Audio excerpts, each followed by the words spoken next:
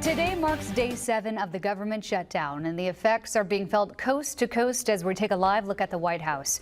New reports out of California shows an air traffic control tower close due to a staffing shortage, and this comes as 12 FAA facilities saw staffing shortages Monday night, including Chicago, Denver, and Indianapolis. You talk about a headache for travelers through the air. Meanwhile, the White House suggesting furloughed federal workers are not entitled to back pay. That reporting coming from NBC News citing a memo.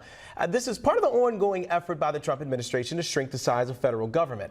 I spoke with U.S. Congressman Tim Walberg about this, among other topics, earlier today. He represents Michigan's 5th District. Here's what he told me.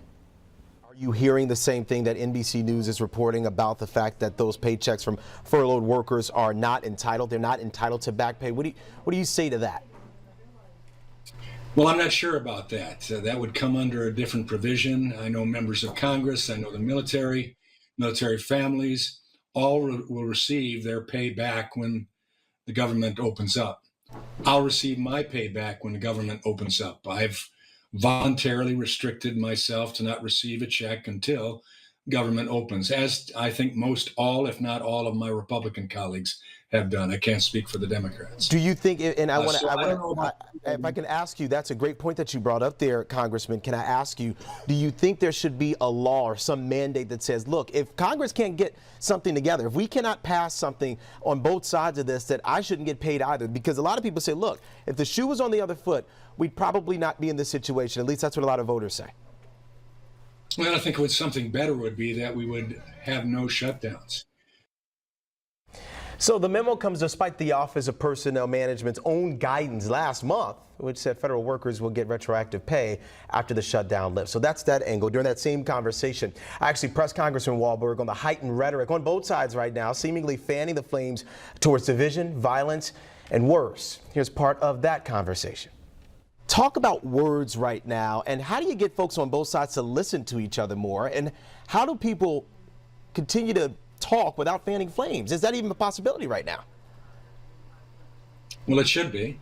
And I hope that my rhetoric will always be seasoned with salt, setting firm statements, but nonetheless not attacking individuals.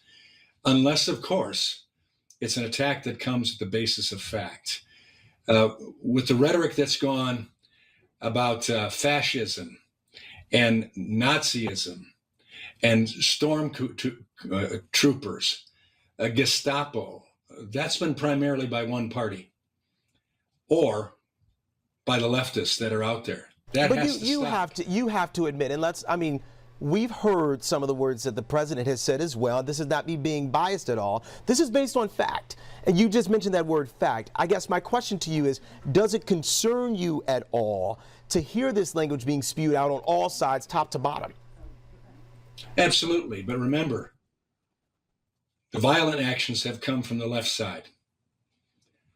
Charlie Kirk was assassinated.